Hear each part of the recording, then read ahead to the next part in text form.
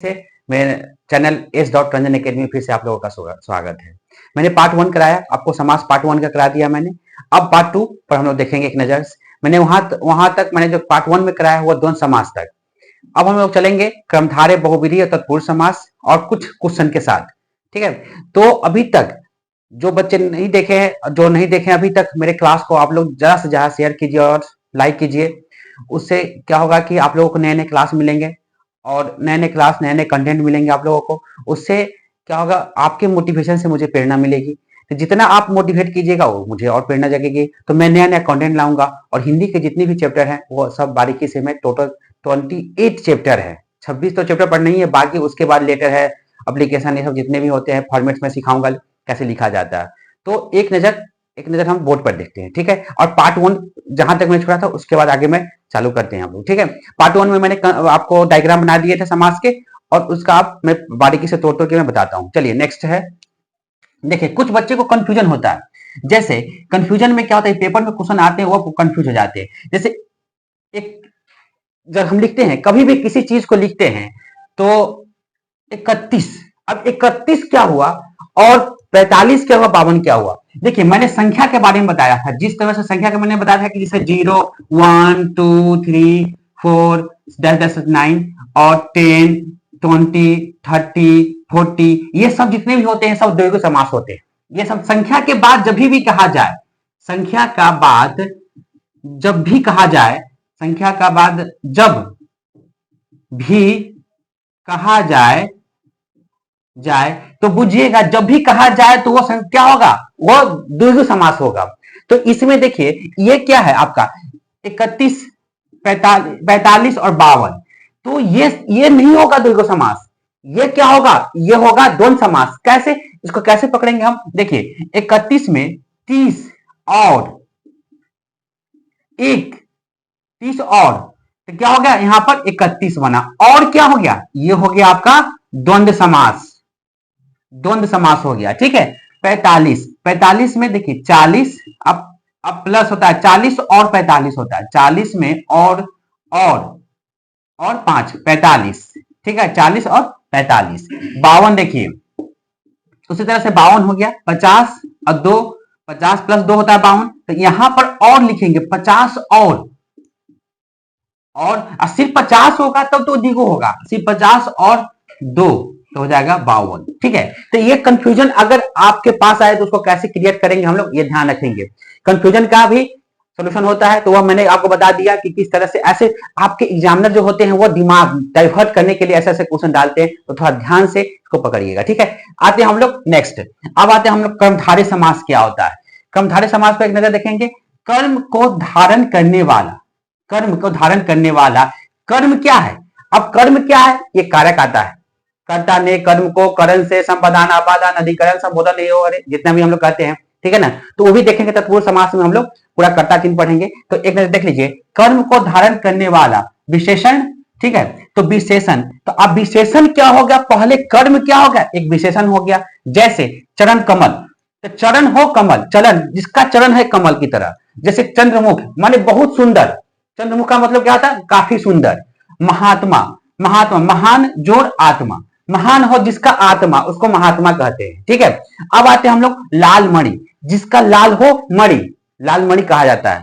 और नील कमल, नीला हो जिसका कमल, नील कमल।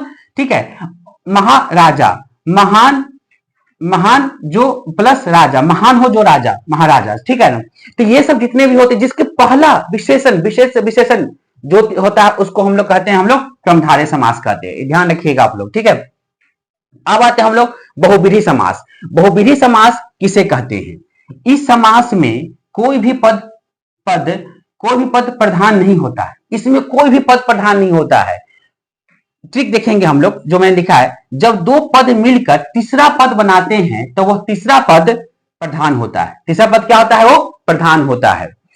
तो जैसे गजानन, जिसको कहते हैं हम लोग गणेश जी को, गज जोड़ आनंद, यह हो गया क्या, गणेश जी हो गए, गणेश जी हो गए। त्रिनेत्र, तीन नेत्रों वाला शंकर जी हो गए। उसके बाद लंबोदर, फिर गणेश जी। दशानन, रावण जिसको कहते हैं रावण। चतुर्भुज, चतुर्भुज जिसको कहते हैं किसको, हम लोग विष्णु जी को, चतुर्भुज, चार भुजा वाला चतुर्भुज। पीताम्बर भी हम लोग कहते हैं विष्णु जी को, और नीलकंठ भी हम लोग कहते हैं किसको, नीलकंठ है शंकर जी को। ध्यान रखिएगा ये दोनों जो आए, ये दोनों समाज, तो ध्यान रखिएगा पीताम्बर जो होता है और नीलकंठ ये कर्मधारे होते हैं, लेकिन अगर ऑप्शन में बहुव्रीहि लिखा रहे तो वहां पर टिक मार दीजिएगा बहुव्रीहि पर। पीताम्बर और नीलकंठ ये दोनों कर्मधारे होता है, लेकिन ऑप्शन में लिखा रहे कि बहुव्रीहि और कर्मधारे का ऑप्शन नहीं रहे तो आप बहुव्रीहि पर मारिएगा। ये ध्यान रखिएगा आप लोग, क्योंकि बहुत इंपॉर्टेंट है। और इसमें आप लोग ये जितने भी है सब पर्यायवाची शब्द याद कर लीजिए, सब पर्यायवाची शब्द याद कर लीजिए। किसका, भगवान का पर्यायवाची शब्द, भगवान का पर्यायवाची शब्द याद कर लीजिए। भगवान का जितना पर्यायवाची शब्द है सबको याद कर लीजिए, वो हो जाता है आपको टोटल। तो यह नीलकंठ हो गया, ठीक है। उसके बाद नेक्स्ट हम लोग देखेंगे तत्पुरुष समास क्या होता है। अब हम तत्पुरुष समास क्यों देखेंगे। इस समास में दूसरा पद प्रधान होता है। इस समास में दूसरा पद क्या होता है, प्रधान होता है, ठीक। देखेंगे इसमें दो पदों के बीच कारक चिन्हों का लोप होता है। दो पदों के बीच पद क्या होता है अभी समझाए हैं। जैसे अब हम लिखेंगे कोई भी पद, जैसे घर, घर हो गया। अब इसी में रसोई, जैसे नहीं, जैसे देखिए जैसे रसोई घर लिखेंगे, रसोई घर, रसोई घर। अब इसमें कोई पद आया, रसोई घर में कोई आया, इसमें रसोई घर। जैसे आप बीती, ठीक है। धनहीन, धनहीन, तो इसमें तो कोई पद नहीं, धन और हीन, तो धन से हीन, इसमें आया से, धन से हीन, ये आया कारक का चिन्ह। अगर कारक का चिन्ह नहीं आएगा तो बुझिएगा कि ये तत्पुरुष समास नहीं है, ठीक है ना। हाँ, कोई आता है, जैसे आप बीती हो गया, समझे, तो ये सब कुछ होते हैं। जैसे सोखा कुल हो गया, ये सब आते हैं तत्पुरुष समास में, ठीक है। कुछ ऑप्शनल में आते हैं सब चीज सब। अब हम लोग देखेंगे इसमें, जैसे इसमें दो पदों के बीच कारक चिन्ह का लोप होता है। और इसमें एक और ट्रिक है, कर्ता और संबोधन का कारक छोड़कर बाकी सब तत्पुरुष समास में आता है। कर्ता और संबोधन ये दोनों नहीं आते हैं तत्पुरुष समास में, ये ध्यान रखिएगा आप लोग, ठीक है। तो इसके बाद एक नजर आप लोग बोर्ड पर देख लीजिए। और इसका मैं कर्ता चिन्ह जितने भी कारक चिन्ह हो, समय आपको लिख के बता देता हूं कि जिससे आपका कंफ्यूजन और दूर हो जाएगा, क्रिएट हो जाएगा।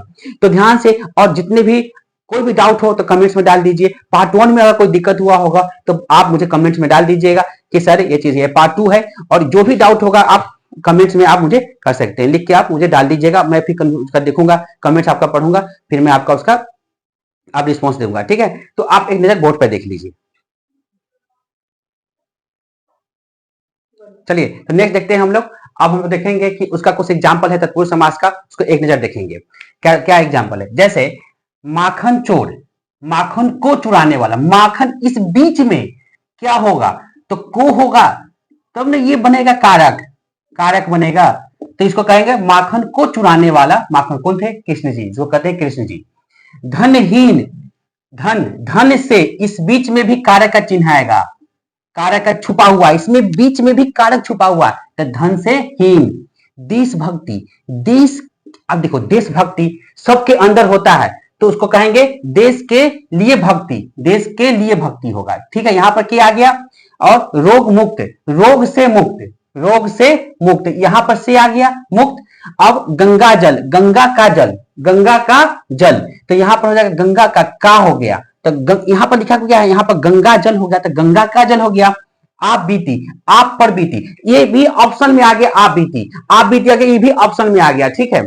तो उसके बाद आते हैं हम लोग कि कुछ कारक चिन्ह हम लोग देख लेंगे। ये तो हुआ टोटल आपका तत्पुरुष समास का एग्जाम्पल। इसमें जो भी डाउट होगा आप मुझे कमेंट्स में डाल दीजिएगा कि सर ये चीज हमको समझ में नहीं आ रहा है, इसको फिर से आप एक रिपीट कर दीजिएगा। फिर से मैं एक और वीडियो लाऊंगा, डाउट वाला वीडियो, जिसका कोई भी बच्चे को होगा, जब मैं मैराथन लूंगा सबका, जिसमें 250-300 क्वेश्चन, तो उसमें पूरा डाउट हम क्लियर और अच्छे से कर देंगे, ठीक है।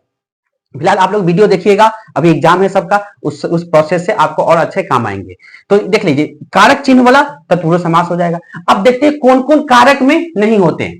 देखिए, जैसे कर्ता ने कर्म को करण से, संपदान के लिए आपादान से, और संबंध का अधिकरण में और संबोधन हरे।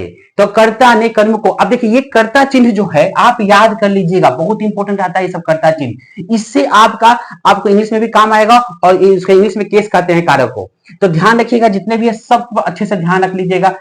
और इसी में जैसे वृक्षात पत्राणि पतंती, वृक्ष से पत्ता गिरता है तो आपादान, वो वृक्ष से पत्ता अलगाव हो रहा है, ठीक है ना, तो आपादान से स्व कलमे न लिखती, करण कारक, स्व कलमे न लिखती, स्व आ गया, स्व कलमे न लिखती। तो ये सब संस्कृत का जो होता है उसमें तो ध्यान रखिएगा, तो ये सब आपका कारक के चिन्ह में आ जाता है, ठीक है, तो ध्यान रखिएगा। और अब आते हैं हम लोग कुछ अभ्यास प्रश्न हम लोग करेंगे। अभ्यास प्रश्न में देखेंगे कि कौन से समास में जैसे कौन कौन समास होते हैं, और एक नजर उसको देख लेंगे जो आपका ये प्रैक्टिस हो जाएगा, ठीक है। चलिए देखेंगे हम लोग अभ्यास प्रश्न। पहला त्रिलोचन, त्रि आपके आ गया तो आपके दिमाग में चल रहा होगा सर ये तो द्विगु समास है, जो त्रिलोचन का मतलब द्विगु समास हो गया। तो यहां पर ये त्रिलोचन, तो त्रिलोचन माने कौन थे, भगवान शंकर, त्रिलोचन, नेत्रों वाला को त्रिलोचन कहा जाता है। जैसे कौन है, बहुब्रीहि, तत्पुरुष, द्वंद्व और अविभाव। तो ध्यान रखिएगा, आपको हम दिए थे कि जो अगर ऑप्शन में यहाँ पर तो द्विगु समास है ही नहीं, तो आपका दिमाग तो होगा कि सर आप हम क्या करें, आपके दिमाग में ये बात चल रहा होगा। लेकिन आसान, सबसे आसान समझिएगा, घबराने की कोई बात नहीं है। सीधे आएंगे हम लोग ऑप्शन देखेंगे कि अरे तो सर ने समझाया था बहुब्रीहि समास, रंजन सर ने समझाया था बहुब्रीहि समास, तो बहुब्रीहि समास मार दीजिएगा, ठीक है। नेक्स्ट आते हैं हम लोग, जलमग्न शब्द में समास होगा, जल में मग्न, जल में मग्न, में कारक चिन्ह आ गया, तो में किसका है चिन्ह, में किसका है, अधिकरण में, ठीक है। तो आप सीधे देख लीजिएगा कौन सा है इसमें, द्वंद्व तो होगा नहीं, विभाग होगा ही नहीं, कर्मधारय तो होगा नहीं, तत्पुरुष समास आएगा, ठीक है। नेक्स्ट आप देखेंगे पंचवटी, बहुब्रीहि, कर्मधारय, द्वंद्व और द्विगु। पंचवटी, तो पंचवटी याद रखिए, 5 की संख्या आ गया, संख्या का बोध हो रहा है, यहां पर पंच आ रहा है, ये 5 आ रहा है, तो कम बहुब्रीहि होगा ही नहीं, कर्मधारय होगा नहीं, द्वंद्व होगा नहीं, तो क्या होगा, द्विगु होगा। और शोकाकुल, शोकाकुल, तो क्या होगा, तत्पुरुष, कर्मधारय, बहुब्रीहि, अव्ययभाव। तो देखिए क्रमधारय तो होगा नहीं, इसमें विशेषण की बात होती है, बहुब्रीहि तो होगा ही नहीं, और अव्ययभाव तो सिखाया था, अव्ययभाव का पार्ट 1 में हुआ था, तो होगा ही नहीं, ठीक है। तो बचेगा क्या, आपका तत्पुरुष समास, ठीक है। अब आते हैं हम लोग जय और पराजय, जय इस बीच में जय और पराजय और लिखा हुआ है, कोई कोई बच्चा जो डिप्रेशन में चला जाता है, कोई हार जाता है, तो जय और पराजय, कभी भी इंसान को अगर जय होता है, जब पराजय होता है उसको जय मिलता है। कोई होता है ना कि जब कोई भी रेस में अगर उसको कभी भी धैर्य रखना चाहिए और इंसान को कभी स्लोली से चलना चाहिए, फास्ट से नहीं चलना चाहिए, तो जय विजय तो होते रहता है, उस पर भी ध्यान रखना है आप लोगों का, ठीक है। तो जय और विजय की बात होती है, जय और पराजय, जय और पराजय। तो इसमें जय, पहले जय होगा और पराजय, तो उसके बाद कभी हार, क्रिकेट मैच होता है तो उसमें देखते हैं, पहले क्रिकेट खेलते हैं हम लोग, तो कभी इंडिया हार जाती है तो कभी इंडिया जीत जाती है, तो जय पराजय होते रहता है, उसमें किसे बहुत से लोग डिप्रेशन में चले जाते हैं, तो ऐसा नहीं। और पाकिस्तान और इंडिया का मैच होता है तो उसमें और लोग मजा मस्ती करते हैं, तो उसमें तो और इंडिया जीतता है तो उसको होती है, कभी भी नहीं, ये सब तो होते रहता है एक गेम की तरह, जय और पराजय, ठीक है। तो जय और पराजय, तो द्वंद्व समास, क्रमधारय समास, द्विगु समास, तत्पुरुष समास, तो क्या होगा, जय और पराजय क्या होगा, क्रमधारय तो होगा नहीं, द्विगु तो होगा नहीं, संख्या की बात होगी, इसमें तक कारक के चिन्ह हो गया, तो क्या होगा, द्वंद्व समास होगा, ठीक है। राधा और कृष्ण, ठीक है। अब आते हैं जिसमें पहला शब्द विशेषण और दूसरा शब्द विशेष से हो तो उसे कौन सा समास कहेंगे। तो देखिए द्विगु, क्रमधारय, द्वंद्व, देखिए द्विगु में तो संख्या की बात हो गई, द्विगु में तो संख्या की बात हो गई, क्रमधारय में विशेषण की बात हो गई, क्रमधारय के आएंगे क्या होता है, इसमें विशेषण की बात होती है, और द्वंद्व में तो अभी जैसे बताया और की बात हो गई, यहाँ पर राधा और कृष्ण, तत्पुरुष में कारक चिन्ह हो गया, तो बचेगा क्या, क्रमधारय समास। तो देखिए ये जितनी भी समास है, ये समास को आप लोग प्रैक्टिस कीजिए, पार्ट 1 मैंने कराया था, और पार्ट 2 में अच्छी तरह से भी मैं इसको करा दिया हूँ, कंप्लीट करा दिया हूँ पूरा, और कुछ क्वेश्चन भी करा दिया हूँ, कि जिसके चलते मैं 2 पार्ट इसलिए बना रहा हूँ कि आप लोगों को थोड़ा टाइम मिले और अच्छे से समझने के लिए, पार्ट 1 पार्ट 2, क्योंकि इसमें क्या कहा, पूरा मैं एक ही पार्ट में बना दूंगा तो फिर आप लोगों को पूरा उस पर ध्यान नहीं दीजिएगा, फिर आप माइंड डाइवर्ट हो जाता है।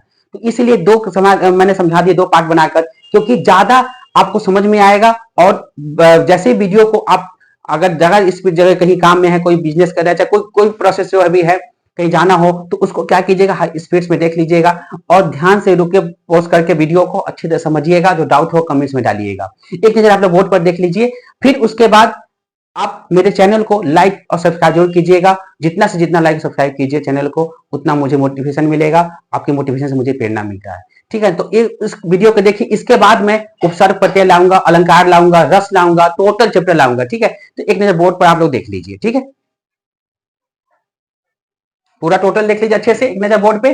अब तब उसके बाद देखने के बाद कोई डाउट होगा तो कमेंट्स में डाल दीजिएगा। ठीक है, तो हम नेक्स्ट वीडियो में मिलेंगे। तब तक के लिए जय हिंद, जय भारत।